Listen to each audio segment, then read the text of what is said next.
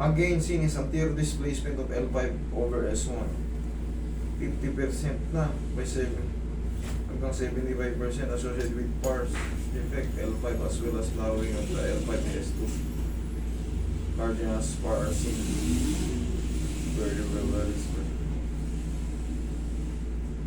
Lumbosacral spondylosis, grade 3 spondylosis over L5 S1 spondylosis. Ma'am, ito ako sa inyo, ma'am. Bakit sobrang ano niya, sobrang curve niya? Ano bang daily ano nyo? Nadulas pa kayo? Alam niyo yung spondylosis disease? Iniliwanag naman po nito. Layo na nito, itong sa ano. Kaya nga, actually bibihira yung S2. Hanggang S1 lang. Bibihira bihira ako makakita ng ano. Siguro pangalawa ka pa lang o pangatlo na nadamay pati S2 na. Tignan mo.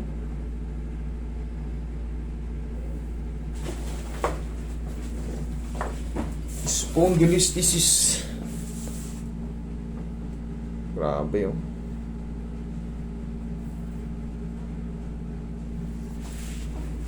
Ano ba nangyari sa inyo, ma'am? Wala, di ko din ko alam kung ko anak ko eh. Kasi hindi naman ako na-accident, hindi rin ako nadudulas, hindi naman bumabaksak yung katawan ko na yun. Pero, ang tawag ito, nung bata ba kayo, nung kabataan niyo ba, talagang may parang naka-hostage dyan na ano, nung pinanganak kayo or ano? Wala. Yung inborn. Wala din. Kasi ito, hindi pang karaniwan to, ma'am. Malulumpukan ito eh. Mamamanid yung madalas yung balakang mo. Layo, no?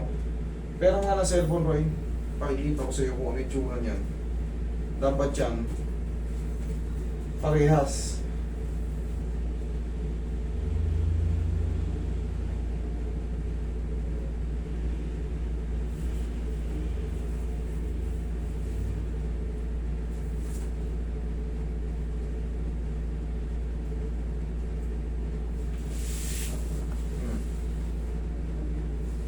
Tignan mo. Okay.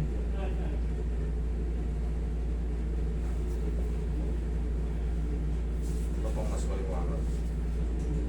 Mas maliwanag.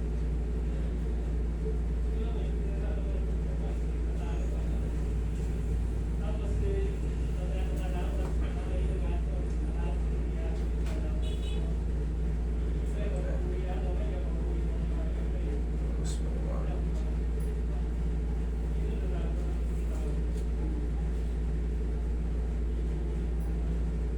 Yan. Kailangan nyo nandito sa puwitan. Kumbaga yung guide, di ba? Yung curve Dapat niya. siya pantay. Oo. Dito kasi, pagdating, pero nga ano pang guhit, Roy? Ang layo na niya, ma'am eh. Kailangan tumalo ka. I-traction ka ng ita-traction. Ayan o. Bali, nakapag-therapist ako eh. Naka 5 session. Pag ginuhitan mo yan, ito dapat tutugmahin dito. Eh dito no. Layo no. Kakayangin pa ba to? Ngayon ba, ano ba nararamdaman mo? Actually, nung natapos ko yung session ko, nawala na yung pain niya eh. Pati yung pamamanhid niya dati meron. Ngayon, Ngayon. wala na talaga. Kaya lang ito kasi yung December 3, nabahin ako. Pagbahin ko, parang may lumagupok sa ganito ko. Masakit. 11 days ko ininday, hindi ako nakatayo, hindi ako makalakad. Yeah. Okay. Pero ngayon, okay naman na kasi bali na-hot compress ko siya. Pag hina-hot compress ko, medyo ginawa yung pakiramdam ko. Okay, kasi Tapos alam nyo, nakapilus ako. once na okay na yung pakiramdam nyo sa ganyan, ibig sabihin, shoot na siya. Kailan to yung x-ray na to? Ang last, ano yan, bali nung August. Yan ang last Baka X-ray. naibalik na eh. August, September, October, November, Kasi December. bali nung August, nag-therapy ako, 5 session therapy. Natapos ko lahat yung therapy na yun. Tapos, nung natapos ko yung therapy na yun, sabi nung doktor sa akin, gawa ako ng brace, chair brace daw. Bali, Kasi- hindi pa ako nakakabalik na yun. Yun ang pinaka-the best eh. Ang pinaka-the best na to, brace ka na Yun muna. nga po. Ngayon, hindi ko na to gagalawin. Hindi ko na to gagalawin. Bali, ang iniinda ko na lang ngayon, netong mga December, nung nabahin ako, parang may lumagot to kasi na, Ayan, yan na lang na-adjustin oo, natin. yun lang po talaga yung Hindi na natin to ano. itutulak Mm-mm. o igaganon. Bakit? Kasi good yung nararamdaman niya. Dapat marunong tayo. Ito yung madalas kong Kasi bibigyan. before- Dapat marunong kayo mag-estimate. Bago ko kasi maramdaman, bago ko malaman na may ganito ako, bali hindi to kumanid siya. Talagang Kaya nga sabi ko sakit, sa inyo, di ba? sobrang sakit. Pag meron ka kasi nito, mamamanid yung ano mo. Pero kung Sakit. naayos na, pa-therapy na siya eh, magaling yung therapist mo na, siguro na ibalik niya na. Kasi ngayon, inoobserbahan ko yung ano mo, kung dapat ka bang pitikin pa ng ano. Pero ngayon, hindi ka in pain, ibig sabihin, sumuk dyan. Ngayon, pero delikado to. Mm-mm. Kaya sabi siya ng doktor, Gusto nga mag-brace ng ka. doktor, Delikado. surgery. Sabi ko, huwag Yes. muna kasi. Delikado to. Pero nadali naman ng therapist mo, kaya huwag muna. Naibabalik naman siya, kaso gumaganon din yan. Bali, marami Tinutulak na talagang yan. bawal nga sa akin. Number 1 na yung pagbubuhat, Tapos yung pagbebend masyado ng katawan, yung biglang tayo. Correct, dahan-dahan. Eh kaya lang kasi netong ang December, nabahin ako, hindi nawala naman sa isip ko. Dapa ka, ma'am. Nung magutok Dapa sa ka. akin. Ano na lang ipupuruhan natin. Maganda naman yung position ng balakang yun. Tapos traction na lang gagawin natin. Ito yung mga dapat yung i-consider. Marunong kayo mag-assess ng tao.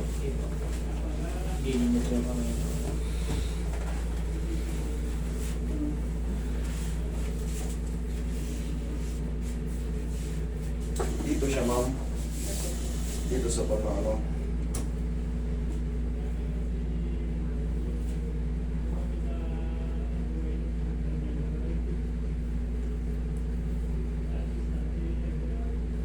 Baka na ibalik nga. Siguro yung matamahan mo na dito. Wait lang ah.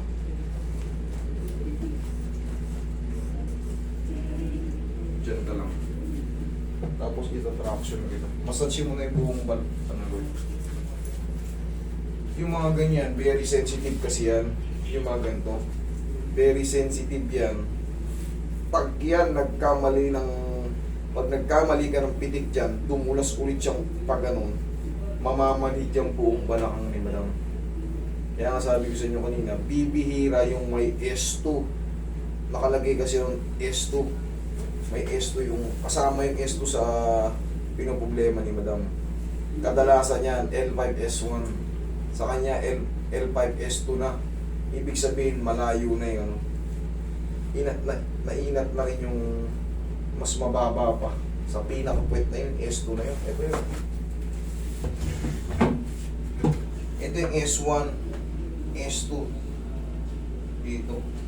Ngayon, kaya nararamdaman ni madam na mamanid siya kasi pag gano'n niya sa puwet, pag umuupo siya, kulang to eh. Pero yan o, dito yan sir. Yan o, punong-puno yan o.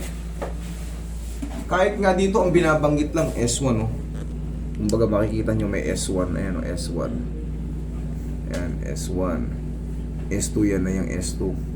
Pero yan, puro puwet yan o. Kaya puro sa puwet patatamaan yun. Mag-iingat kayo sa ano. Ihaya kayo ma'am.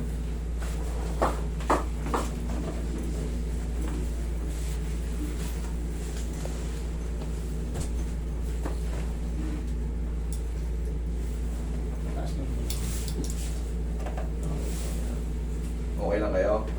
Okay, sige. Ito palaging ano sa inyo. Itong pinaka-the best sa may mga spine problem. Palaging traction. Okay, inhale. Exhale.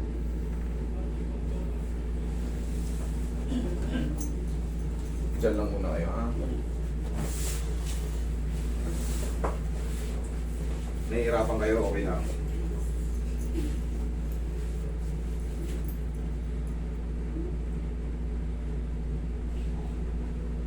Relax lang ako. Lalabanan. Lalabanan.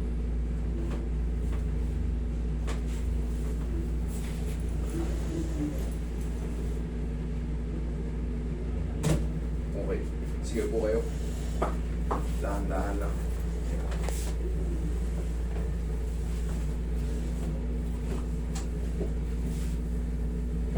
sakta ngayon, okay lang. Okay lang po. Ma'am, huwag kayo magpapahandle sa iba. Kung sakali, bumalik na lang kayo sa therapist nyo o bumalik kayo dito kung may masakit. Kasi very sensitive yung ano mo, case mo. Complicated yan pagka yan na nagkamali. Yung naramdaman mo dati, dudoblehin yun. Kasi baka mas worse na siya. Yun nga din gusto ng doktor, agapan. Gusto niya operahan agad. Correct. Kaya lang ang problema yung gastos. Tama. Oo, okay, Maya, kasi hindi yan basta-basta ano, yung na-dislocate na sa talire. General ano yan?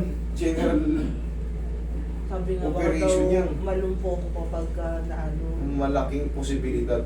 Eh sabi ng doktor ko, pag kami nararamdaman daw ako pamamanid sa paa ko, bumalik daw ako agad sa kanya. Ayun, tama yun. Tama yun. Eh sa ngayon naman, okay naman, nakakagalaw Ako naman ina-admit. Ako talagang mas... Siyempre ako, hindi ako pwedeng... Alam ko na eh. Kaya tama. Doon ko kayo itutulak talaga kagad pagka ano. Kumbaga, yung binibili sa inyo nito, which is tama talaga. Kaya nga, isa ko pang bilin, kung magkaroon kayo na ano, huwag niyo ipahandle sa iba. Bumalik ka rin sa therapist mo o kaya ako, o kaya doon sa ano, sa doktor na nagsasabi sa'yo. Kasi nga, medyo sensitive yung case mo. Tapos yung sinasabi sa'yo nito, kung ayaw mo magpa-opera, yun nga, para may depend niya palagi. Kasi may malaking posibilidad na yung umupo kang ganyan, uy, parang Opo, yun yun. minsan yung parang naiatras mo pa yung upuan, natadyakan mo to. Baka mag-alala.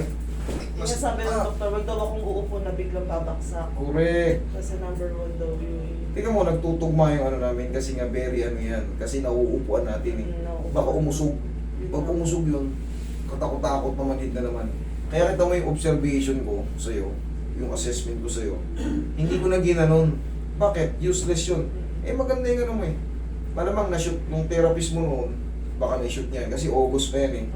Siyempre, doon ka rin naman yung month na yun, doon ka nagpa-therapy. Baka naitulak niya na, ayos na, bakit ko sisirain? Okay. Kaso mo lang nung na-therapist ako, wala na talaga. Tingin talaga. Very wala good. na. Magaling yung therapy mo. Tapos, yun nga. Yun nga yung place na lang ang inaantay ng doctors. Rest Babalik na lang. uli O ako. kumusta yung pakiramdam mo? Okay naman? Okay naman po. Kaya lang ito lang talaga yung hinihinda ko. Yung tipo. Sa may puwetan. Parang may naipit na ehon. Ang sakit Hindi, pag ngayon. nakahiga ako. Ngayon, Eh ngayon Okay. nakawala. Pero pag nahiga ako mamayang gabi, ganito ang parang gagawin mo. bigat. Ganito ang gagawin mo. Yun nga yung tulungan ng brace eh. Tapos, kahit pa paano, kita mo, minasage ka sa puwet. Ganon din. Kasi nga nasa puwet eh, hindi pwedeng hindi tamaan eh. Eh, tinutok ko na kanina sa camera. Ayan o, L5, S1. Ano yung kasunod ng S1, S2? Siyempre, ito purong puwet nyo to eh, yung mga nerve na yan. Kaya, kayo, abot nyo naman yung puwet nyo, o si sir. Kahit pa paano, wag lang dinan. Ganito lang o, medium type lang. Ganyan ha, wag yung sobrang diin, wag yung sobrang diin. Ganyan lang, ganyan lang. Namamasad siya, pero hindi aaray. Okay? Kahit sa inyo, pwede kayo mag-massage. Okay? Sige, thank you so much. Thank you.